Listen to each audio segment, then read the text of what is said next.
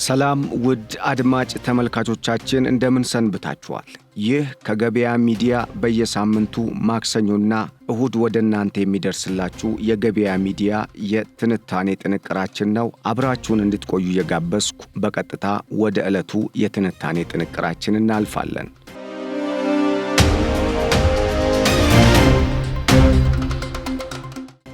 በየዘመኑ አንድ አስገራሚ የታሪክ ትዕይንት የማታጣው አህጉራችን አፍሪካ አሁን ደግሞ በአንድ ዝነኛና ስመጥር በሆነ የምዕራብ አፍሪካዊት ሀገር መሪ ምክንያት መነጋገሪያ ሆናለች። ይህ ዝናው ከትውልድ ቀዬው ተነስቶ እስከ አራቱም የዓለም ማዕዘናት በበጎም ሆነ በክፉ የናኘው መሪ አፍሪካ እንደ አህጉር ሀገሩን ደግሞ በተናጠል በዓለም አቀፉ መድረክ የሚሰጣቸው ቦታና ስለ አፍሪካ ሕዝብ ያለውን ሁለት ጽንፍ የረገጠ አተያይ ፍንትው አድርጎ ያሳየ ስለመሆኑም በርካቶችን በምሬት ገሚሶችን ደግሞ በንቀት በጉዳዩ ላይ ሳይወዱና ሳይፈልጉ የመነጋገሪያ ርዕሳቸው አድርገው እንዲወያዩበት ምክንያት ሆኗል። ለመሆኑ ይህ ዓለምን ጉድ ያስባለው አፍሪካዊ መሪ ማን ነው? ለምን መነጋገሪያ ሆነ? የሚለውንና እርሱ ወደ መሪነት የመጣባት ሀገር የኋላ ታሪክ ጋር ያላቸውን ቁርኝት በሁሉም የዓለም ማዕዘናት ከሚሰጡ አስተያየቶች ጋር አጣምረን ለእናንተ ለአድማጭ ተመልካቾቻችን በሚመች መልኩ አሰናድተናል። አብራችሁን እንድትቆዩ እየጋበዝኩ በቀጥታ ወደ ዕለቱ የገበያ ሚዲያ ትንታኔ ጥንቅራችን እሻገራለሁ።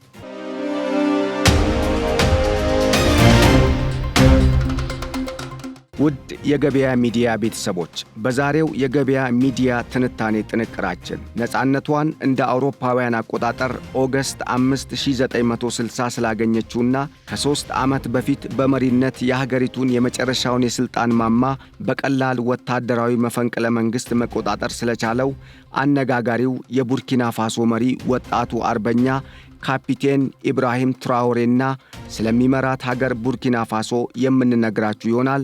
ምርጫችሁን ገበያ ሚዲያ ስላደረጋችሁ አክብሮታዊ ሰላምታችን የበዛ ነው።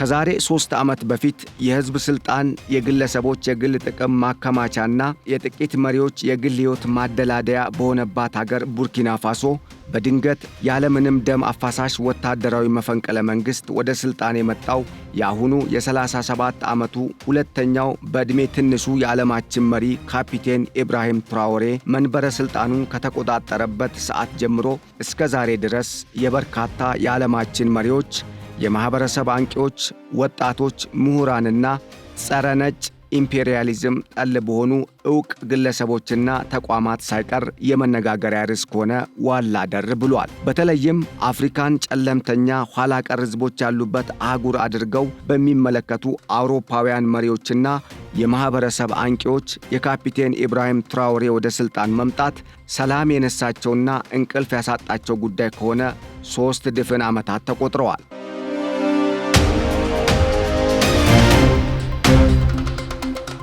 በአንጻሩ ወጣቱን የቡርኪና ፋሶ መሪ ካፒቴን ኢብራሂም ትራኦሬን በሚያሳየው አቋምና በሚያራምደው ጸረ ምዕራባውያን አስተሳሰብ ምክንያት የአፍሪካ አንድነት መሪዎች ምሳሌ አድርገው በሚያስቡ አፍሪካውያንና የአፍሪካ ደጋፊ በሆኑ መሪዎችና ሕዝቦች ዘንድ ወደ ጎልማሳነት ዕድሜ እየተንደረደረ ያለው ካፒቴን ትራኦሬ ዳግማዊ ቶማስ ሳንካራ አፍሪካዊ ቼኮቬራ በሚል እየተሞካሸና ትልቅ ድጋፍም እየተቸረው ይገኛል። ካፒቴን ኢብራሂም ትራኦሬ መንበረ ሥልጣኑን ከተቆጣጠረ በኋላ ራሱን ጸረ ኢምፔሪያሊስት በማድረግ የምዕራባውያን በተለይም የፈረንሳይን ጣልቃ ገብነት በመቃወም በወሰዳቸው የተለያዩ እርምጃዎች የሀገሩን ዜጎች ጨምሮ በበርካታ የዓለማችን ሀገራት በሚኖሩ ዜጎች ትልቅ ድጋፍና አድናቆትን ማግኘት ችሏል። የትራኦሬን ወደ ሥልጣን መምጣት እንደ ስጋት ያዩትና ጸረ ፓን አፍሪካኒዝም አቋምን የሚያራምዱ መሪዎችና የማኅበረሰብ አንቂዎች ግን ከካፒቴኑ በተቃራኒ በመቆም ጸረ ዲሞክራሲና አምባገነን አድርገው ሲስሉትም ሲያብጠለጥሉትም ተስተውሏል። በዚህ ረገድ በቀዳሚነት የምትነሳው ምዕራብ አውሮፓዊቷ ሀገር ፈረንሳይ ስትሆን ለዘመናት በቀኝ ግዛት የግሏ ንብረት አድርጋት ከነበረችው ሀገር በአንድ ጊዜ አፍንጫ ሽላሺ ተብላ መባረሯ በምትኳ በባላንጣዎቿ እንደነ ራሽያ፣ ቱርክ፣ ሰሜን ኮሪያና ቻይና ባሉ ሀገሮች መተካቷ እረፍት የነሳትና እንቅልፍ ያሳጣት በመሆኑ በስም ማጠልሸት ዘመቻው በግንባር ቀደምትነት የምትጠቀስ ሀገር እንድትሆን ስለማድረጉ ነው እየተነገረ የሚገኘው። ፈረንሳይና አጋሮቿ በካፒቴን ኢብራሂም ትራኦሬ ላይ እየነዙበት ያለው ትችትና ወቀሳ የለመዱትን ጥቅም ያሳጣናል ከሚል የመጣ ቢሆንም በቡርኪና ፋሶና በምዕራብ አፍሪካ ሳህል ሪጅን እንደሚንቀሳቀስ የሚነገርለት የአልቃይዳ አሸባሪ ቡድን ክንፍ የሆነው በሀገሪቱ ሽብር እንዲፈጠር ከፈረንሳይና አጋሮቿ ጋር በምስጢር እየሰራ ነው መባሉ ደግሞ ካፒቴኑ በምዕራባውያን ላይ ያላቸውን ጥርጣሬና በስጋት የመመልከት አባዜ አጠናክረው እንዲገፉበት ምክንያት እንደሆነው ነው የመነጋገሪያ ርዕስ ከሆነ የሰነባበተው። በዚህም የተነሳ በቡርኪና ፋሶ አሁን ላይ ከፍተኛ የጸረ ፈረንሳይና ጸረ ምዕራባውያን ዘመቻ እየተደረገ ሲሆን ከምዕራባውያን ኃይሎች ጋር ንክኪ ያላቸው ተብለው የተጠረጠሩ በርካታ ግለሰቦች ወደ ዘብጥያ ሲወርዱ ማስረጃ የተገኘባቸውና ካፒቴን ኢብራሂም ትራኦሬን ለመግደልና መፈንቅለ መንግሥት ለማድረግ ዶልተዋል፣ አሲረዋል የተባሉ ቢያንስ እስከ 100 የሚደርሱ ንጹሐን ዜጎች መገደላቸውን ያመላከተው የሂውማን ራይትስ ዎች የቅርብ ጊዜ የግምገማ ሪፖርት ካፒቴን ትራኦሬን ጸረ ዲሞክራሲ በሚል በፈረንሳይና ሌሎች ምዕራባውያን መሪዎች የሚቀርብበትን ክስ በርከት እንዲልና እንዲጠነክር ስለማድረጉ ነው እየወጡ ያሉ መረጃዎች የሚያመላክቱት።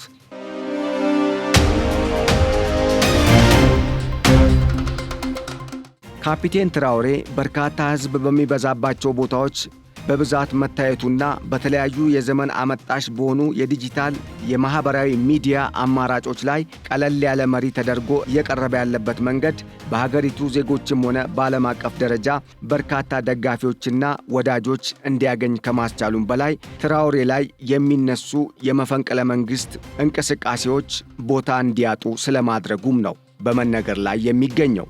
አንዳንድ ራሳቸውን የአፍሪካ አንድነት አቀንቃኞች አድርገው የሚያቀርቡ የማህበራዊ ሚዲያ ተጽዕኖ ፈጣሪዎችም የራሳቸውን መንግስታት ከትራኦሬ ጋር በማነጻጸር ላይ ይገኛሉ።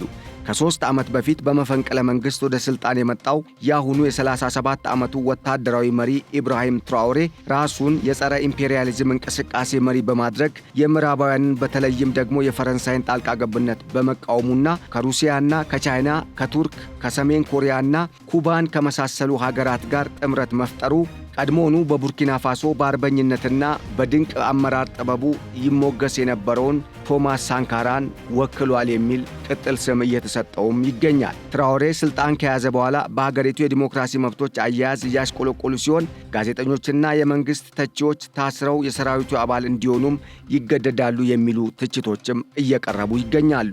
ሂውማን ራይትስ ዎች በቅርቡ ያወጣው ሪፖርት ደግሞ ባለፈው መጋቢት ወር ላይ ብቻ የመንግስት ኃይሎች ቢያንስ ከ100 በላይ የሚሆኑ ሰላማዊ ሰዎችን መግደላቸውን ያመላከተ ሲሆን ትራኦሬ ሕዝብ በበዛባቸው ቦታዎች መገኘቱ ብቻ ይህንን ሊቀይረው አይችልም የሚልም ትችት አዝንቦበታል። በዚህም የተነሳ አንዳንዶች በአውሮፓውያኑ 1987 የተካሄደውን መፈንቅለ መንግሥት ተከትሎ የተገደለውን የቀድሞውን የቡርኪና ፋሶ ወታደራዊ መሪ ቶማስ ሳንካራን በኢብራሂም ትራኦሬ በኩል ድጋሜ የተወለደ አድርገው እስከ መሳልና መመልከትም ደርሰዋል። ታዛቢዎች በርካታ አፍሪካውያን ወጣቶች በመንግስቶቻቸው ነባር የፖለቲካ አካሄድ በመሰላቸታቸውና የአፍሪካ ሀገራት ከምዕራባውያን ጋር ባላቸው ትስስር ላይ ጥያቄ ማንሳትን ጨምሮ የኢብራሂም ትራኦሬን አንዳንድ አቋሞች በመደገፍ ላይ ስለመሆናቸውም እየተናገሩ ይገኛሉ። ትራኦሬ አንደበተ ርቱዕነቱና መገናኛ ብዙሃንን በብልሃት የመጠቀሙ ችሎታ ሌሎች መሪዎችም እንደሱ እንዲሆኑ የመፈለግ ፍላጎትና በብዙ አፍሪካውያን ወጣቶች ዘንድ ስሜትን የፈጠረ ጉዳይ ስለመሆኑም መረጃዎች ያመላክታሉ። ትራኦሬ በአፍሪካ ውስጥ ጠንካራ ድጋፍ ያለው ቢሆንም በሰው ሰራሽ አስተውሎት አማካኝነት የሚፈጠሩ ይዘቶች ግን ይህን ድጋፍ ተፈጥሯዊ አለመሆኑን በማመላከት ላይ ስለመሆናቸው ነው እየወጡ ያሉ መረጃዎች የሚያመላክቱት። በአህጉሪቱ ውስጥ የመረጃ መዛባትን የሚመረምረው ኮድ ፎር አፍሪካ የተባለው ለትርፍ ያልተቋቋመ ድርጅት የምርመራ ተንታኝ የሆኑት ኢሉድ አክዌ አንዳንዶቹ በሰው ሰራሽ አስተውሎት የተተረኩ ቪዲዮዎች ሙያዊ የዜና ዘገባ መስለው ለመቅረብ ይሞክሩ እንጂ ነገር ግን ስለ ትራኦሬና ስለ መንግስቱ አሳሳች መረጃዎች ይዘዋል ሲሉም በትራኦሬ ላይ የመጣውን የአድናቆት ወጀብ የሚቀጥል እንዳልሆነ አመላክተዋል። የትራኦሬ ጠባቂ መሪውን ለመግደል $5 ሚሊዮን ተሰጥቶት እንደነበር የሚገልጽ አንድ ቪዲዮ 1 ሚሊዮን ተመልካች ያገኘ ሲሆን ኢብራሂም ትራኦሬ በመፈንቅለ መንግስት ወደ ስልጣን ከመጣ በኋላ ተደጋጋሚ የመፈንቅለ መንግስት ሙከራ እንደተደረገበት ቢዘገብም ይህንን የሚያረጋግጥ ምንም አይነት መረጃ ግን ሊገኝ አለመቻሉ ነው የተገለጸው። ትራኦሬ በአውሮፕላን ሲጓዝ መቀመጫውን ለሌላ ፈረንሳዊ ነጋዴ እንዲለቅ ስለመጠየቁ የሚተርክ አንድ ቪዲዮ ደግሞ 4.5 ሚሊዮን እይታዎችን ያገኘ ሲሆን ቪዲዮ በግልጽ ታሪኩ ልቦለዳዊ መሆኑ ቢገለጽም ሌሎች የዩቲዩብ ቻናሎች ግን እውነተኛ ታሪክ አስመስለው እያሰራጩት ስለመሆኑም ነው የወጡ መረጃዎች የሚያመላክቱት። በአሜሪካ ኦሃዮ ዩኒቨርሲቲ የኮሚኒኬሽን ረዳት ፕሮፌሰር የሆኑት የቡርኪና ፋሶ ዜጋው ዶክተር ላሴኒ ኡዳሮጎ አንዳንዶቹ የምዕራባዊ ሚዲያ ልጥፎች ምኞት ብቻ ናቸው ያሉ ሲሆን አንዳንዶቹ ደግሞ እውነትም ቢሆኑ በግነት የተሞሉ ስለመሆናቸው አመላክተዋል። ይህ በእንዲህ እንዳለ ሴሊና ጎሜዝና ሪያናን የመሳሰሉ ታዋቂ ዘፋኞችና ዕውቅ አርቲስቶች ከትራኦሬ ጋር በማቅረብ በዲፕ ፌክ የተዘጋጁ የሙዚቃ ቪዲዮዎችን በመጠቀም በአዲስ ዘዴ ሙዚቃዎች እየተሰሩ ስለመሆናቸውም ተነግሯል። በአንድ ሳምንት ውስጥም እስከ 40 የሚበልጡ እንደዚህ አይነት ሙዚቃዎች በቪዲዮና በዩቲዩብ የተሰራጩ ሲሆን በቢቢሲ 1.8 ሚሊዮን እይታን ያገኘውን ትራኦሬን ከታዋቂው ዘፋኝ አርኬሊ ጋር አድርጎ የሚያሳይ ቪዲዮን የሰራውን ናይጄሪያዊ የዲፕ ፌክ ቪዲዮ አዘጋጅን ምሳሌ በማድረግ በዋቢነት ጠቅሶታል። ራሱን የቡርኪና ፋሶ መሪ አድናቂ የሚለው የ33 ዓመቱ አጎጂ ናሚዲ ይህን ቪዲዮ መስራቴ ለኢብራሂም ትራኦሬ ያለኝን አድናቆት ከመግለጹም በላይ አፍሪካውያን መሪዎች እንደሱ እንዲሆኑ ካለኝ ፍላጎት የመነጨ ነውም ሲል መናገሩን ነው የቢቢሲ ዘገባ የሚያሳየው። ቀጥለን ደግሞ ትራኦሬና ሩሲያ እንዲሁም ምዕራባውያን ሀገራት ያላቸውን ግንኙነት በመጠኑ እንመልከት።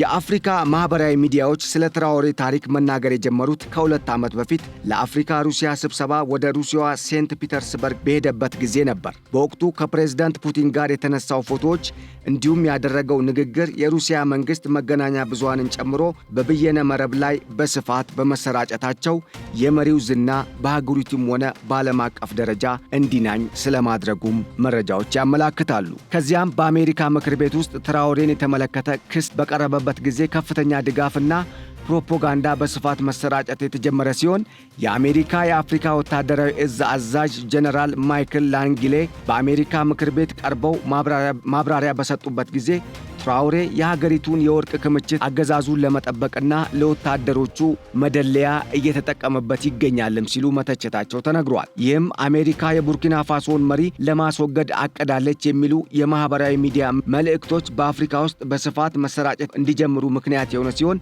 ነገር ግን በርካቶቹ መልእክቶቹ ሐሰተኛ መረጃን የያዙ ስለመሆናቸው አስተያየት እየሰጡ ይገኛሉ።